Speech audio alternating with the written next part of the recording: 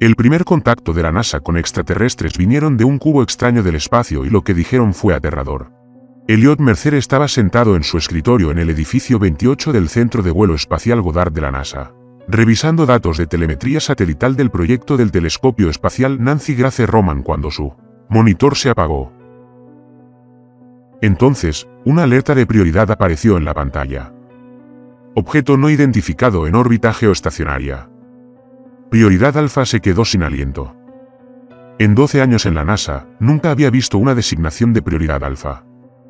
Estas se reservaban para amenazas inmediatas a la seguridad nacional o algo peor. La imagen adjunta se cargó y a Elliot se le entumecieron las manos.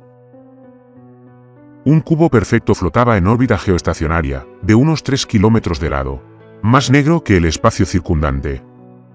Sin rastro de lanzamiento, sin trayectoria de aproximación, simplemente ahí, como si alguien lo hubiera colocado en el cielo mientras la humanidad parpadeaba. Su teléfono explotó con llamadas entrantes. Lo tomó al cuarto timbre. Elliot, dime que estás viendo esto. La voz de Kira Okoi tenía un tono que nunca antes había escuchado. Pánico controlado apenas disimulado por profesionalismo. Cuando lo detectó Vandenberg. Hace 23 minutos. El 18º Escuadrón de la Fuerza Espacial creyó que sus sistemas habían fallado. Realizaron diagnósticos 3 veces. Todos los sensores lo confirman. El objeto absorbe toda la luz visible. No muestra señal de calor. Y los retornos del radar son inconsistentes. Está ahí. Es sólido, pero nuestros instrumentos no concuerdan en lo que miden. Elliot revisó las especificaciones técnicas. Su formación en astrofísica intentaba automáticamente justificar lo imposible. Nada podía aparecer en órbita.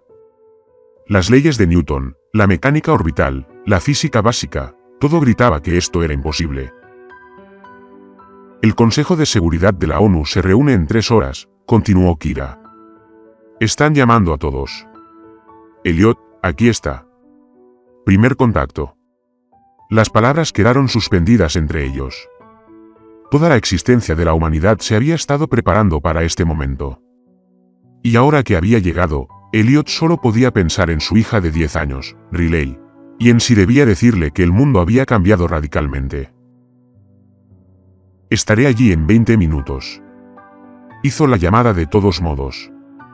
Riley contestó al segundo timbre, su rostro apareció en la pantalla con su cabello castaño, rizado y salvaje, y ojos soñolientos. Papá, ¿vienes a mi feria de ciencias el viernes? ¿A la feria de ciencias? Su proyecto de la constelación de Orión, que había pasado 3 semanas construyendo con cartón y luces de cadena. No me lo perdería por nada del mundo, cariño. Oye, tengo que ir a trabajar unos días. Surgió algo importante. Su rostro se ensombreció. Más importante que mi proyecto. Miró la imagen que aún se mostraba en su monitor. El cubo, en silencio, esperando. Nada es más importante que tú. Pero esto es algo con lo que solo yo puedo ayudar. La tía Carol te recogerá de la escuela. De acuerdo. Después de despedirse, Elliot se quedó mirando el cubo otros 30 segundos antes de agarrar su chaqueta y salir por la puerta. El centro de operaciones de emergencia de Goddard estaba abarrotado cuando llegó. 30 de las mentes más brillantes de la NASA se apiñaban alrededor de monitores que mostraban todas las señales de los sensores disponibles. ¿Doctor? Kira Okoi estaba de pie junto a la consola central, con su piel oscura iluminada por el brillo de la pantalla, y su habitual compostura mostrando grietas en los bordes. Estado, dijo Elliot, uniéndose a ella, que llevaba 46 minutos inmóvil. Hemos transmitido por todas las frecuencias de radio. Nada. El Dr. Hassan está preparando la comunicación láser, pero básicamente estamos lanzando dardos a ciegas. No tenemos un marco para entender qué es esta cosa, y mucho menos cómo hablar con ella. El Dr. Ahmad Hassan levantó la vista de su estación de trabajo lingüística. El agotamiento ya se reflejaba en sus rasgos. Nuestros protocolos de primer contacto asumían que detectaríamos señales de radio a años luz de distancia, lo que nos daba tiempo para prepararnos, analizar y teorizar. Esto apareció en nuestra órbita. Eludió todas las leyes físicas para llegar aquí. Quizás su mera existencia sea el mensaje. Empezamos con lo que sabemos, dijo Elliot. Números primos, elementos químicos, los componentes básicos de la comunicación que hemos preparado durante décadas, y esperamos que los interprete como pretendíamos, añadió Ahmad en voz baja. La puerta se abrió de golpe y la doctora Yuki Tanaka entró, aferrada a la tableta con los nudillos blancos. Había estado supervisando el ensamblaje final del telescopio espacial Nancy Grace Roman en la Sala Blanca de Goddard, preparándose para el lanzamiento de octubre que ahora parecía absurdamente trivial. Está girando, anunció. Sin preámbulos. Todas las cabezas se giraron. Explícate, dijo Kira. Analicé los datos de posición de la última hora. El objeto gira una vez cada 47 horas, muy lentamente, pero sin duda está girando. ¿Por qué giraría?, preguntó alguien desde atrás. Todo en el espacio gira, dijo Yuki. Planetas, estrellas, galaxias. Nada permanece inmóvil. Quizás sea intencional, mostrándonos que sigue al menos algunas leyes naturales. O quizás simplemente sea lo que hace. Elliot sintió que se le congelaba la columna vertebral. El objeto no solo ocupaba espacio. Era activo, dinámico, con un propósito. Envíen esta información a Houston. Dijo que el control de la misión debe coordinarse con la EI para una observación continua. Si esta cosa está girando, necesitamos rastrear cualquier cambio, cualquier variación en el patrón. Las siguientes 72 horas se convirtieron en un flujo continuo de análisis de datos, intentos fallidos de comunicación y un creciente pánico global. Elliot se trasladó al Centro Espacial Johnson en Houston, estableciéndose en el Centro de Control de Misiones Christopher Scraft Jr., donde los controladores de vuelo del Apolo guiaron a la humanidad a la Luna. Ahora, esas mismas consolas vibraban con la intensidad del primer contacto. Al tercer día, la Estación Espacial Internacional se reposicionó para una observación óptima. El comandante Mike Fininker dirigió la Expedición 74 durante la maniobra, enfocando todas las cámaras disponibles hacia el cubo. Las imágenes que transmitieron mostraron algo inaudible. Contra la oscuridad infinita del espacio, el cubo parecía aún más oscuro, un vacío que absorbía la luz y no ofrecía nada a cambio. Mis ojos intentaban enfocarlo sin éxito. Feiner informó durante una transmisión. Llevo 500 días en el espacio en 4 misiones. Nunca había visto algo así. Es como ver un agujero perforado en la realidad. Fuera del centro de control, el mundo se fracturaba. Las redes sociales estallaron con teorías que iban desde la intervención divina hasta la invasión interdimensional. Las bolsas se desplomaron. Los líderes religiosos declararon el fin de los tiempos. Los gobiernos luchaban por mantener el orden mientras el pánico se extendía por la población como un reguero de pólvora. Dentro del centro de control, Elliot apenas percibía el caos. Dormía 4 horas cada noche en un catre en una oficina desocupada, a base de barras de proteínas y agua. Su equipo transmitía 847 mensajes únicos en todas las frecuencias imaginables. Ondas de radio, pulsos láser, rayos X modulados. Enviaban pruebas matemáticas, imágenes de la Tierra, grabaciones musicales, literatura digitalizada. El cubo lo absorbía todo y no respondía a nada. 12 de enero, 11:37 Elliot se quedó solo en la sala de observación, mirando la transmisión en tiempo real. Le ardían los ojos de cansancio y la cabeza le dolía por la tensión. 5 días de la humanidad intentando desesperadamente saludar, y el cubo simplemente permanecía allí, silencioso y crítico. Deberías descansar. Se giró y vio a Yuki en la puerta, con el agotamiento evidente en la caída de sus hombros. No puedo parar ahora, dijo. Cada minuto que no entendemos esto es un minuto que somos vulnerables. ¿Vulnerables a qué? No ha hecho nada. Eso es lo que me preocupa. ¿Y si el silencio es el mensaje? ¿Y si solo nos observa, aprendiendo todo sobre nosotros, y somos demasiado primitivos para darnos cuenta de que nos están estudiando? Yuki se movió a su lado, estudiando el cubo en el monitor. He estado siguiendo la rotación. Está cambiando. ¿A qué te refieres? Cuando lo vi girar por primera vez, el periodo era de 47 horas. Ahora ha bajado a 41 horas. Se está acelerando. Los objetos no cambian su rotación espontáneamente sin una fuerza externa. Entonces algo los fuerza, o lo hace deliberadamente. Se quedaron en silencio, observando el objeto imposible girar lentamente en el vacío. En algún lugar de su casa, Riley probablemente dormía, soñando con su feria de ciencias, existiendo en un mundo que ya no tenía sentido. ¿Y si no estamos preparados para esto?, susurró Yuki. ¿Y si la humanidad no está preparada para comprender a qué nos enfrentamos? Elliot abrió la boca para responder. Pero todas las alarmas del centro de control se activaron simultáneamente. Corrió de vuelta a la sala principal. Los controladores se gritaban entre sí, señalando las pantallas. En la pantalla principal, el cubo se transformaba. Su superficie se ondulaba como agua agitada por una piedra. El exterior negro, perfectamente liso, se distorsionó. Ondas de movimiento se extendían desde una esquina por las 6 caras. Luego se detuvo. Y donde antes había un vacío sin rasgos distintivos, patrones intrincados ahora cubrían cada superficie visible. Diseños geométricos se extendían por el cubo como seres vivos. Líneas, ángulos y curvas que parecían cambiar mientras observaba. Relieves tridimensionales que se extendían ligeramente hacia afuera. Eran hipnóticos. Una belleza extraña que le provocaba un escalofrío al intentar procesarlos. «Por favor, dime que estamos grabando esto», gritó Elliot por encima del ruido. «Todos los sensores que tenemos», respondió Kira. «Pon en marcha el análisis espectral». «Despierta, Ahmad. Necesitamos lingüística ya». Los patrones evolucionaron continuamente, sin repetirse. Cada iteración era más compleja que la anterior. Tras una hora de análisis frenético, el Dr. Galina Bulov, una de las especialistas en informática, jadeó desde su puesto. «Es código», dijo. «Secuencias binarias incrustadas en los patrones geométricos. Mira esta mejora.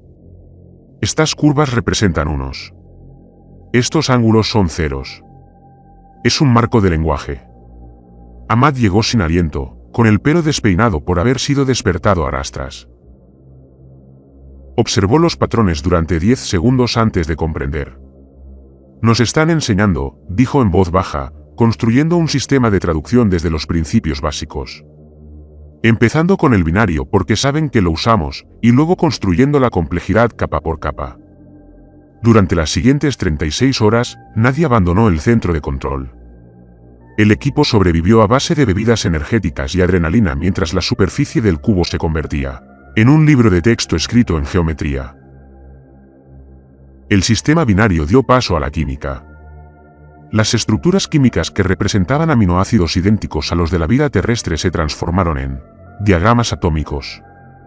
Los átomos evolucionaron hacia algo más abstracto, un lenguaje simbólico que transmitía significado a través del abismo entre las especies.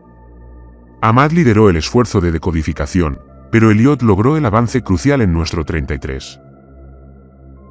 Agotado más allá de lo racional, operando por pura intuición, notó lo que todos los demás habían pasado por alto. «El ritmo», dijo, tropezando con las palabras. «Los patrones no son solo espaciales.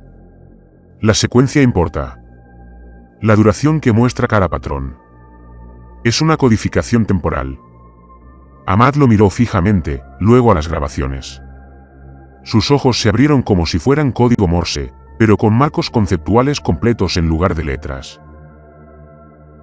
«Dios mío, tienes razón». Revisaron cada patrón registrado con esta nueva comprensión. Y finalmente, tras 5 días de silencio, el primer mensaje adquirió un significado comprensible. Aparecieron 2 palabras en la pantalla de traducción de Ahmad. Observamos. La sala quedó en silencio. Todos en el control de misión se quedaron mirando esas simples palabras con infinitas implicaciones. 6 horas después, se materializó un segundo mensaje. «Te ven». Elliot sintió el peso de esas palabras en el pecho. No solo estaban siendo contactados. Eran especímenes bajo examen. Insectos clavados en una pizarra para su estudio. Cada transmisión que la humanidad había enviado, cada intento desesperado de comunicarse, el cubo había estado aprendiendo de ellos. Envía una respuesta, dijo Elliot. Díganles que entendemos. Díganles que queremos seguir comunicándonos. Los siguientes 4 días redefinieron la historia de la humanidad. La entidad se identificó como parte de algo llamado la Asamblea. Exploradores de más allá de la Vía Láctea. Viajeros entre estrellas que estudian civilizaciones emergentes en etapas cruciales de desarrollo. Querían comprender a la humanidad antes de revelar su verdadera naturaleza. Los mensajes se aceleraron a medida que la traducción mejoraba. La Asamblea formuló preguntas que parecían diseñadas para representar la experiencia humana completa. ¿Qué es la consciencia? ¿Por qué temes a la muerte? ¿Qué propósito tiene el arte? ¿Por qué los individuos existen por separado en lugar de como mentes colectivas? ¿Cómo procesas el duelo? ¿Qué hace que algo sea hermoso para ti? Elliot se convirtió en el traductor principal, el puente entre los mundos. Pasó 18 horas diarias intercambiando mensajes, formulando respuestas que intentaban capturar lo que hacía humana a la humanidad. Compartió filosofía, literatura, grabaciones musicales. Intentó explicar el amor, la pérdida, la alegría, la esperanza, la belleza irracional de estar vivo, consciente y efímero. Pero Yuki se preocupaba cada vez más. En la tarde del 8º día, lo llevó aparte para analizar los patrones de los mensajes. Mira estas preguntas, dijo, mostrándole las secciones resaltadas. No son solo filosóficas mezcladas con profundas cuestiones existenciales. Preguntan sobre nuestra neurología, nuestras estructuras sociales, nuestros sistemas políticos, nuestras capacidades tecnológicas. Describen nuestras debilidades. Quizás estén siendo minuciosos, dijo Elliot. Pero la duda se coló en su voz como agua helada. ¿O se están preparando para algo? Quiso discutir, pero los datos no mentían. Bajo la fachada del intercambio cultural, la Asamblea realizaba un reconocimiento. 19 de enero, 3:27. El mensaje que lo cambió todo llegó a través del sistema de traducción de Ahmad. Enviar 3. Entrarán. Descubrirán nuestra verdad. Regresarán con una invitación o una citación. Primer contacto cara a cara con lo que fuera la Asamblea. El debate duró 72 horas. Todos los líderes mundiales exigieron su opinión. Los científicos discutieron los protocolos. Los asesores militares advirtieron sobre las trampas. Los líderes religiosos citaron las escrituras. Los filósofos cuestionaron si la humanidad tenía derecho a representarse a sí misma. Pero finalmente se tomó la decisión. 3 representantes entrarían al cubo. Los voluntarios se contaban por decenas de miles.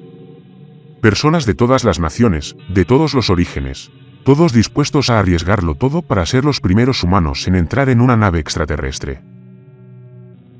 La NASA formó un comité de selección que sopesó la experiencia, la estabilidad psicológica y la disposición a enfrentarse a lo desconocido.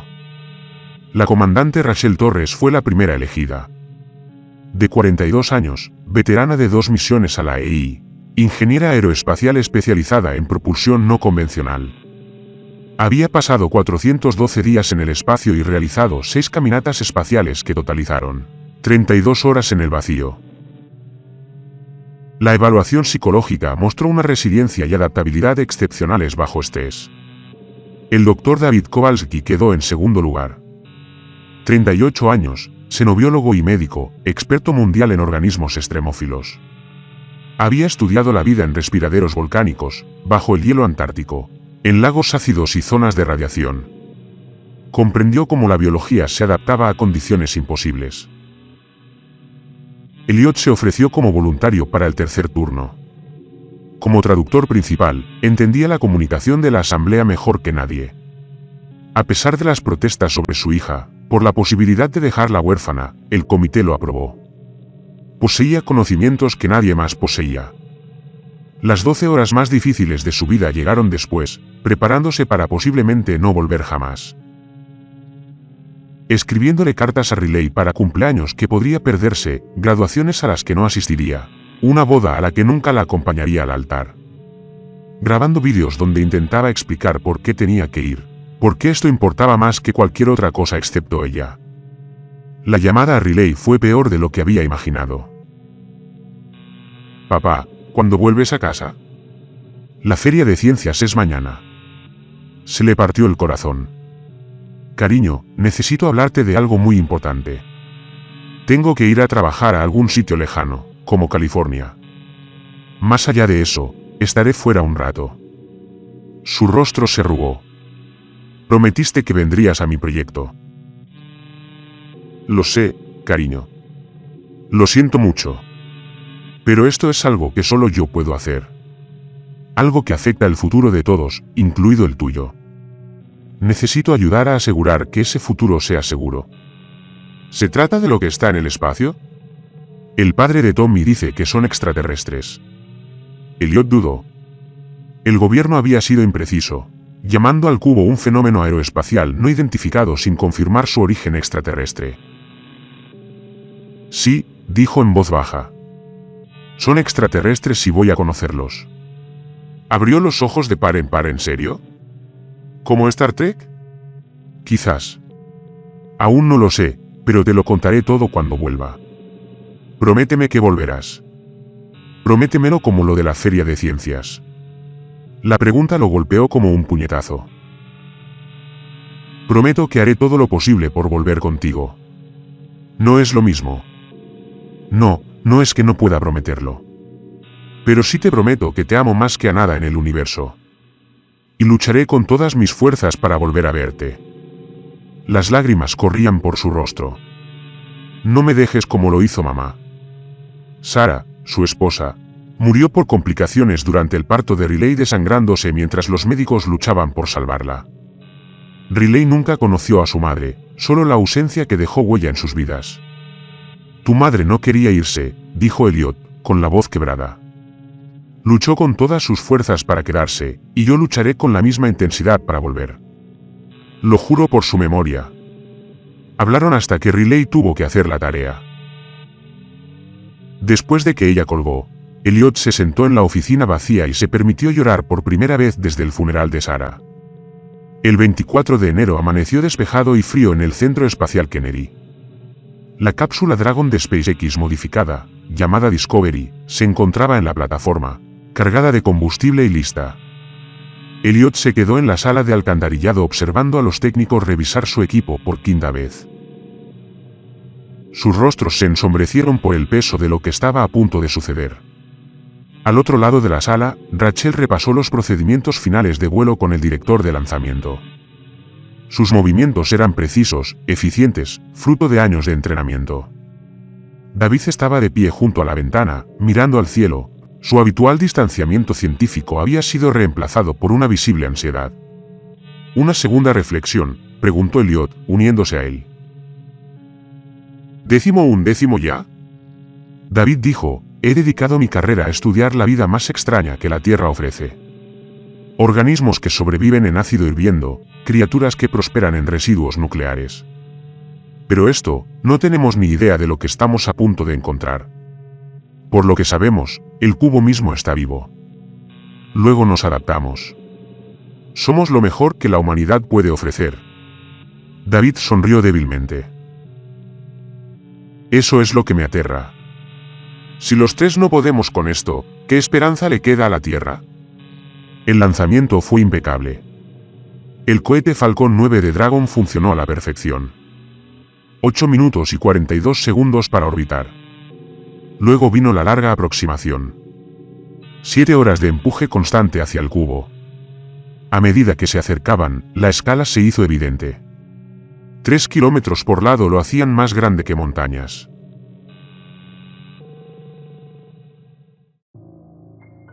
La superficie seguía siendo de ese negro imposible, pero los patrones geométricos ahora eran visibles, moviéndose y transformándose como seres vivos. De cerca, eran hipnóticos. Elliot se encontró con que sus ojos trazaban líneas que parecían plegarse sobre sí mismas de maneras que no deberían existir en el espacio tridimensional. Acercándose al punto de ataque, dijo Rachel desde el asiento del piloto. Sus manos estaban firmes en los controles, pero la tensión se reflejaba en su voz. Los cubos indicaban una abertura en la cara norte, que nos permitía entrar. La superficie no se abrió como una puerta. El material sólido simplemente se desprendió como el agua, revelando la oscuridad más allá. Houston, esto es descubrimiento. Rachel transmitió, iniciando el procedimiento de ataque. Si no informamos en 12 horas, aborten cualquier intento y adviertan a la Tierra que prepare defensas. Recibido el descubrimiento. Buena suerte. Los dragones se deslizaron por la abertura. La oscuridad los engulló por completo.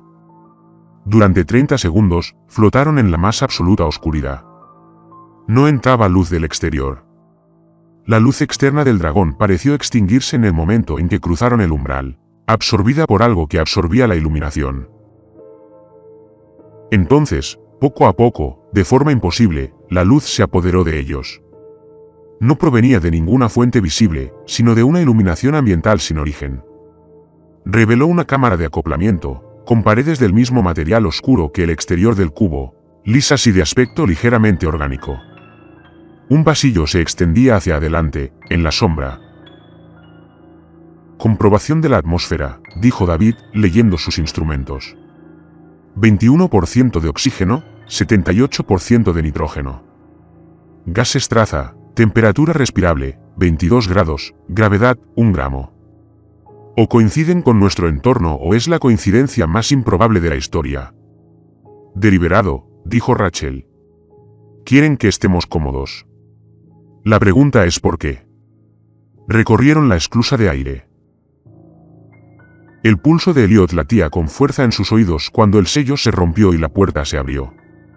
Entró en el pasillo y supo de inmediato que algo andaba mal. El espacio era demasiado grande. El pasillo se extendía inimaginablemente lejos. Cientos de metros al menos, pero el cubo solo tenía 3 kilómetros de ancho. Si estaban cerca de la superficie, este pasillo no podría extenderse más de 1,5 kilómetros en ninguna dirección. ¿Alguien más ha notado que la geometría aquí no funciona?, preguntó Rachel. El interior es más grande que el exterior, dijo David, con la voz tensa por el pánico contenido. Eso viola todas las leyes físicas que conocemos. Todo en esto viola las leyes físicas, dijo Elliot. Sigue adelante. Caminaron y caminaron. Los cronómetros marcaban 14 minutos. Parecían horas. El pasillo permanecía inmóvil, solo paredes lisas y oscuras que casi se sentían cálidas al tacto, ligeramente cedidas como tejido vivo. La brújula de Elliot giraba erráticamente, apuntando a la nada. Las comunicaciones con la Tierra estaban completamente cortadas. Ni siquiera había estática que indicara que lo estaban intentando. Esto está mal, dijo Rachel. Deberíamos tener protocolos, posiciones de repliegue. Nos estamos adentrando cada vez más en algo que no entendemos y sin vuelta atrás. Dijeron que descubriríamos su verdad, respondió Elliot. No creo que tengamos más remedio que confiar en eso. El pasillo finalmente se abrió a una cámara tan vasta que desafiaba la comprensión. El tamaño de una catedral era insuficiente. El espacio se extendía cientos de metros hacia arriba, con paredes que se curvaban hacia una oscuridad que impedía la visión. Y en el centro, algo los esperaba. El primer vistazo de Elliot le provocó un dolor punzante en la cabeza. La entidad, o entidades, existían en un estado que la percepción humana no podía procesar adecuadamente. Geometrías fractales que se plegaban a través de dimensiones que sus ojos no podían ver. Superficies que reflejaban luz inexistente. Bordes que existían en múltiples lugares simultáneamente, violando la continuidad espacial. Mirarlo dolía. Sus ojos se llenaron de lágrimas al instante. La sangre empezó a gotear de su nariz. David se dobló, desdichado. Incluso Raquel, normalmente imperturbable, se apretó las sienes con las manos y jadeó de dolor. Entonces, lo que percibían era dentro de sus mentes, no telepatía. Información, conocimiento puro, sin filtros, descargado directamente a la consciencia, comprensión sin palabras, Verdad sin lenguaje, es decir, ignorando por completo la información sensorial y grabándose directamente en su conciencia. La asamblea no era una especie. Era un proceso, una convergencia de inteligencias que habían evolucionado más allá de la existencia individual. Viajaron entre sistemas estelares, buscando civilizaciones en el umbral del verdadero avance tecnológico. Estudiaron estas civilizaciones a fondo, absorbiendo cada aspecto de su cultura, biología, conciencia, cada pensamiento, sueño y miedo individual. Luego, las integraron. Cada pensamiento, cada recuerdo, cada perspectiva única de cada individuo de la civilización se convirtió en parte de la asamblea. La individualidad no se destruyó, sino que se conservó eternamente, sumándose a la experiencia colectiva de cientos de especies anteriores a lo largo de 400.000 años. La Tierra había sido seleccionada. La integración comenzaría en 45 días. Sería indoloro. Nadie moriría. Simplemente se convertirían en parte de algo más grande que ellos mismos. La consciencia se expandió más allá de la prisión de la perspectiva singular. Resistir era teóricamente posible, pero prácticamente inútil. 127 civilizaciones anteriores habían intentado luchar. Todas habían sido finalmente absorbidas. La asamblea fue paciente. Podría esperar siglos, milenios si fuera necesario, pero al final todas las civilizaciones se unirían. No, se oyó decir Elliot, aunque el sonido parecía provenir de muy lejos, desconectado de su cuerpo. No pueden. No estamos listos. Ni siquiera nos hemos unificado como especie. No pueden simplemente llevarnos.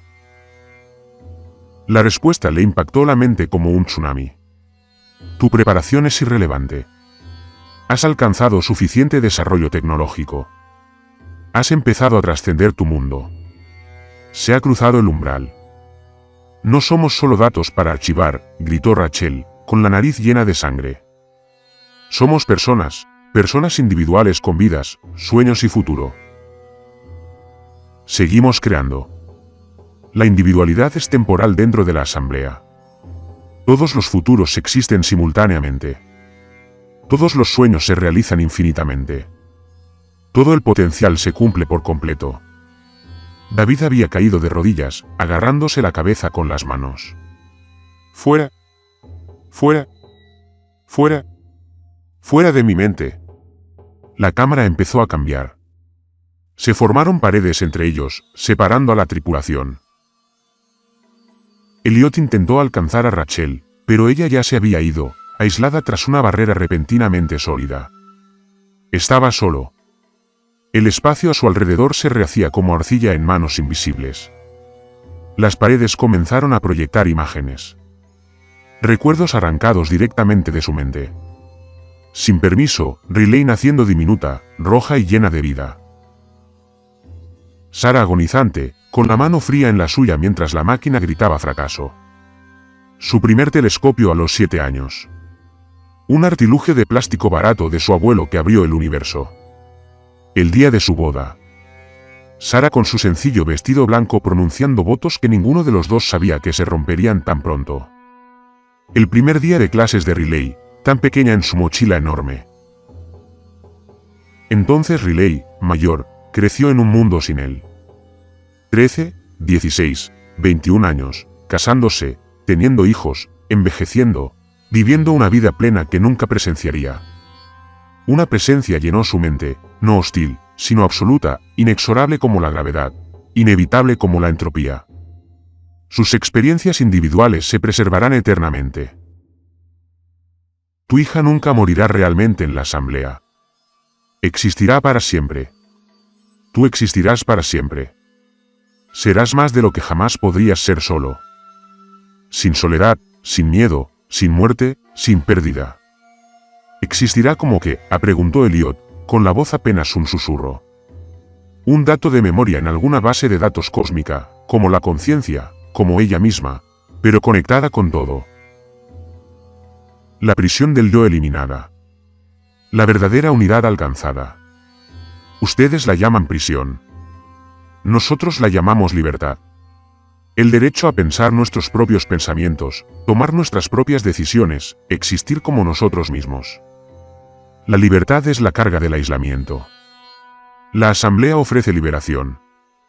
Las imágenes cambiaron. Elliot vio la Tierra desde el espacio, hermosa, azul y frágil. Vio la superficie del cubo, esos patrones geométricos que fluían como el agua. Y se dio cuenta, con horror creciente, de que eran esos patrones.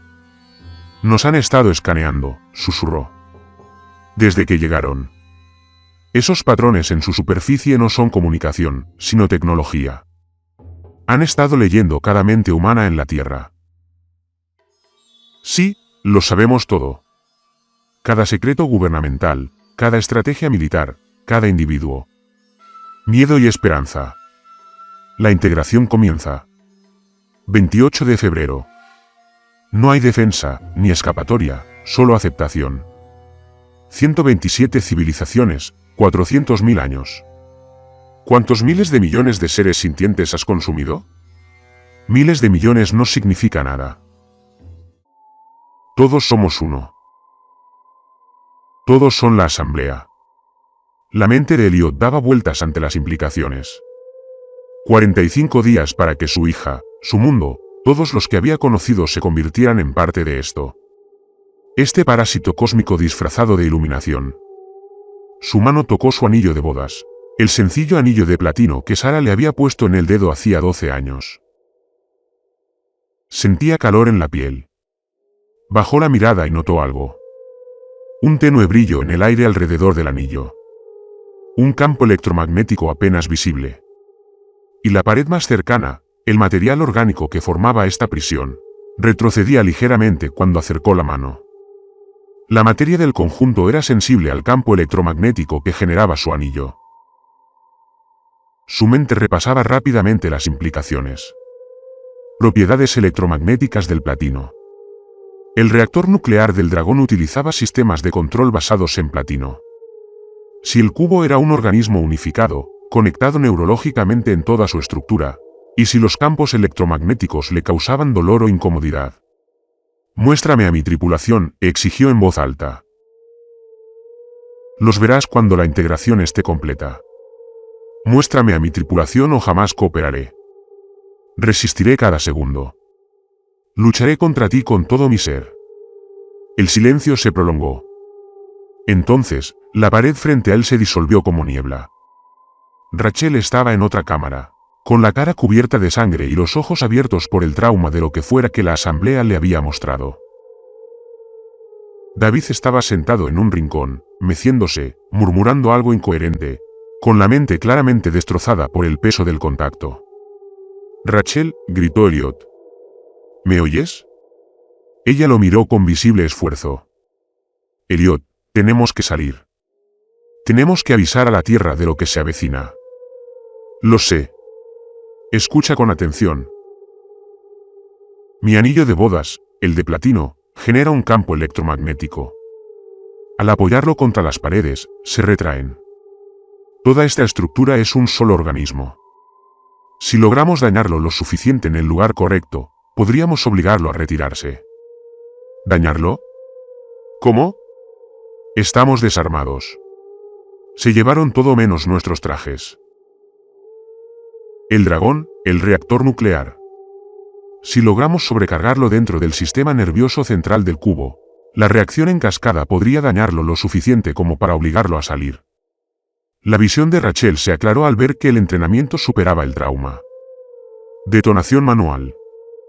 Los sistemas de seguridad no permiten el disparo remoto, y tendríamos que anular todos los mecanismos de seguridad. Alguien tendría que quedarse con él para asegurarse de que se vuelva crítico. Lo sé. Serían vaporizados al instante. Y no hay garantía de que funcione. Es la única opción que tenemos. ¿Me sigues? Guardó silencio durante 5 segundos y luego asintió. David no puede hacer el viaje. Míralo. Elliot miró. El xenobiólogo había dejado de mecerse.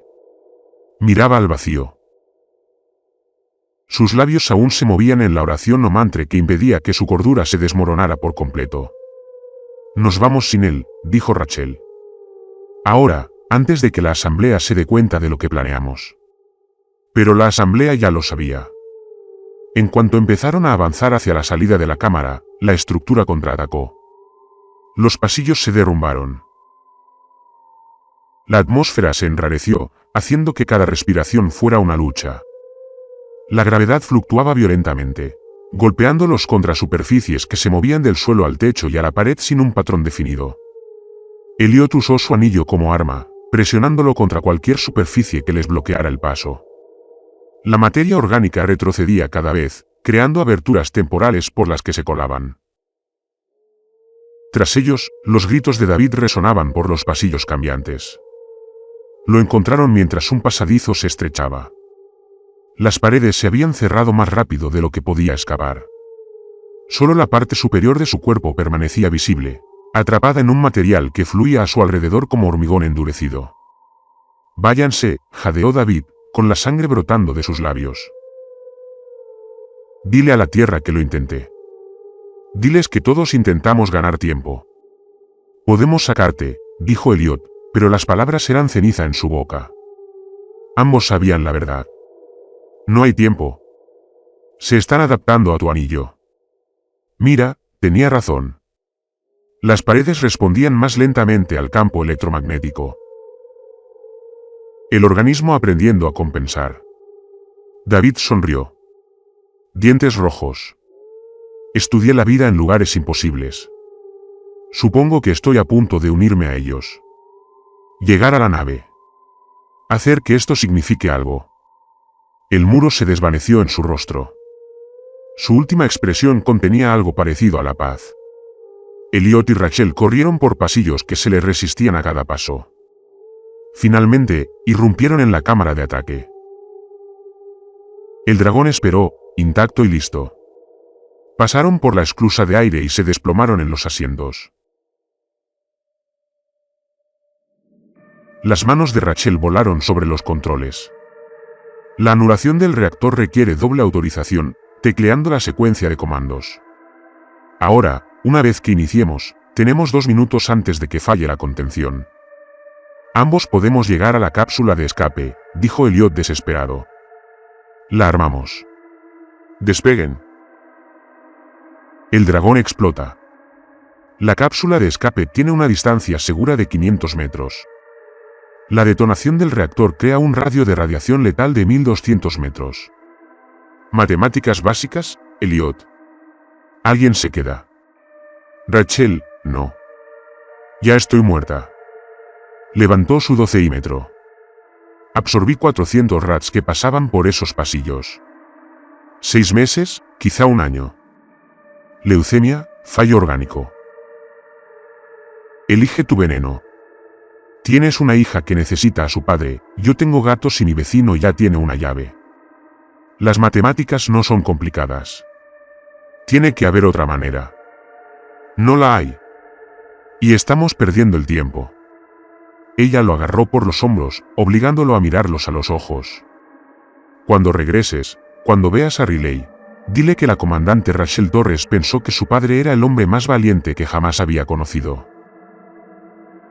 ¿Lo harás, Rachel? ¿Lo harás, Dr. Mercer? Sí. Bien. Ahora, sube a la cápsula de escape antes de que cambie de opinión y te empuje yo mismo. Elliot se dirigió a la cápsula en piloto automático. Rachel ya estaba en los controles del reactor, iniciando la secuencia de apagado que provocaría una sobrecarga catastrófica. Levantó la vista y logró sonreír. Por si sirve de algo, fue un honor. El primer contacto con extraterrestres. No mucha gente puede decir eso. El honor fue mío, comandante.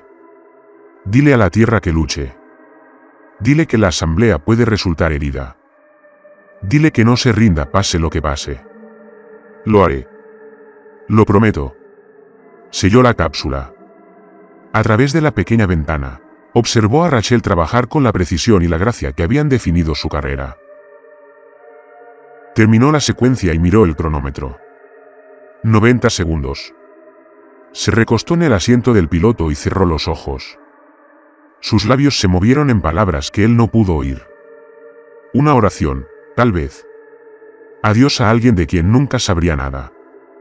A los 15 segundos, la cápsula despegó automáticamente. A 0, el reactor del dragón alcanzó su masa crítica.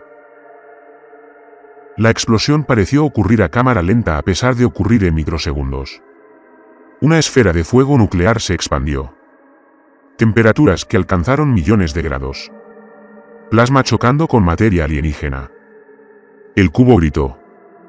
No fue un sonido, sino una sensación. Sentida en huesos, dientes y la base del cráneo. Toda la estructura se convulsionó. La superficie se quebró en docenas de puntos. El blindaje se agrietó, revelando algo debajo. Algo que se retorcía y pulsaba. Herido y orgánico. Sangrando luz que no era luz.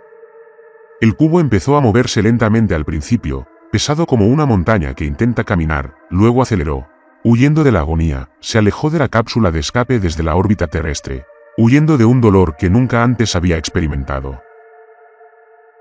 Elliot observó por la cámara trasera cómo la enorme estructura se reducía a un punto y luego se desvanecía en la oscuridad infinita. El control de misión lo recuperó 6 horas después. Para entonces, todos los telescopios de la Tierra lo habían confirmado. El cubo abandonaba el sistema solar a una velocidad tremenda.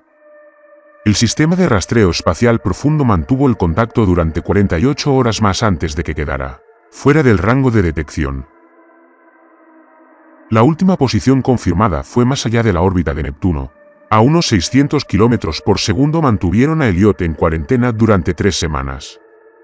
Se le realizaron exploraciones médicas para detectar contaminación o cambios sutiles.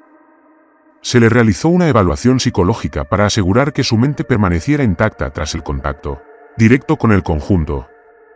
Sesiones informativas donde relató cada detalle mientras funcionarios de la agencia y líderes mundiales lo escuchaban con creciente horror.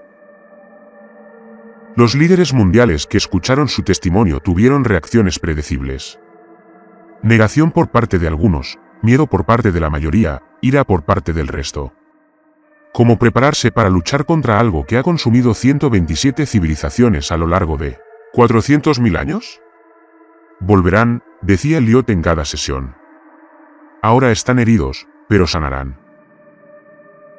Y cuando lo hagan, recordarán la Tierra. Recordarán que les hicimos daño. La próxima vez no nos estudiarán. Simplemente nos llevarán. ¿Cuánto tiempo nos queda?, preguntó el secretario general de la ONU durante su informe final. No lo sé. 30 años con suerte. 50 con mucha suerte. Pero volverán. Eso no es una posibilidad. Es una certeza. Luego usamos ese tiempo para prepararnos, para unir a la humanidad, para desarrollar armas. También necesitamos usarlo para vivir, dijo Elliot en voz baja. El miedo no puede ser todo lo que tenemos. Necesitamos recordar que nos hace dignos de ser defendidos en primer lugar. Lo liberaron el 15 de febrero. Tomó el primer vuelo disponible a casa. Riley estaba en la escuela cuando llegó. Su hermana Carol se había quedado en su casa desde el despegue, procurando que la vida de Riley fuera lo más normal posible dadas las circunstancias. Lloró al abrir la puerta y verlo allí de pie. Pensábamos que estabas muerto, dijo entre lágrimas, abrazándolo con fuerza. Las noticias decían que hubo un incidente, que la misión sufrió bajas. 2 de nosotros no lo logramos. Tuve suerte. Riley ha estado preguntando por ti todos los días. Terminó su proyecto de ciencias. Ganó el 2º lugar en la feria escolar. 2º lugar. Riley estaría muy orgulloso. Necesito verla. Condujo hasta la escuela y llegó justo cuando empezaba la salida. Se quedó junto a la cerca, observando las puertas, con el corazón latiendo más fuerte que al acercarse al cubo. Entonces emergió, con la mochila rebotando sobre sus hombros, charlando animadamente con sus amigos sobre algo que fascinaba a los niños de 10 años. Lo vio, con el rostro transformado. Corrió. Papá. Él la atrapó cuando ella se abalanzó sobre él, la abrazó fuerte, la sintió cálida, real, viva, como su hija. Todo su mundo condensado en un instante perfecto. «Volviste», dijo ella contra su hombro. «Prometí que lo intentaría». «¿Conociste a los extraterrestres?» «Sí». «¿Cómo eran?» Pensó en cómo responder. La verdad era demasiado vasta y terrible para que la llevara un niño. Quizás demasiado terrible para cualquiera. «Diferente», dijo finalmente. «Muy diferente de nosotros». Pero aprendí algo importante allá arriba. ¿Qué? Que ser humano, ser independiente e individual. Ser nosotros mismos, no es una debilidad. Es nuestra mayor fortaleza. Podemos ser quienes somos. Podemos elegir nuestros propios caminos. Eso es precioso. Ella se apartó y lo miró con esos ojos serios que tanto le recordaban a Sara. Las noticias dicen que los extraterrestres se han ido, que ahora estamos a salvo. Por ahora, pero podrían regresar algún día. Quizás no por mucho tiempo, pero eventualmente. ¿Los detendrás? Haré todo lo que pueda. Yo y mucha otra gente. Lucharemos para protegerte a ti y a todos los demás niños que merecen crecer libres. Ella lo abrazó de nuevo, esta vez con más fuerza. Me alegra que estés en casa. Yo también, cariño. Yo también. Esa noche, después de que Riley se durmiera abrazando la maqueta de Orión que había construido para una feria de ciencias, Elliot se quedó en su patio trasero mirando las estrellas. En algún lugar, más allá de la luz del sol, el cubo flotaba en el vacío infinito. La asamblea, herida pero no destruida, paciente y eterna, ya sanando, ya planeando. El 28 de febrero nunca había sucedido. La Tierra seguía aquí. La humanidad seguía separada, individual, libre. Pero el calendario seguía corriendo. En algún lugar en la oscuridad entre las estrellas, algo recordaba. Algo regresaba. La comandante Rachel Torres había muerto creyendo que la humanidad lucharía. ¿La doctora? David había muerto para ganar tiempo y que esa lucha fuera posible.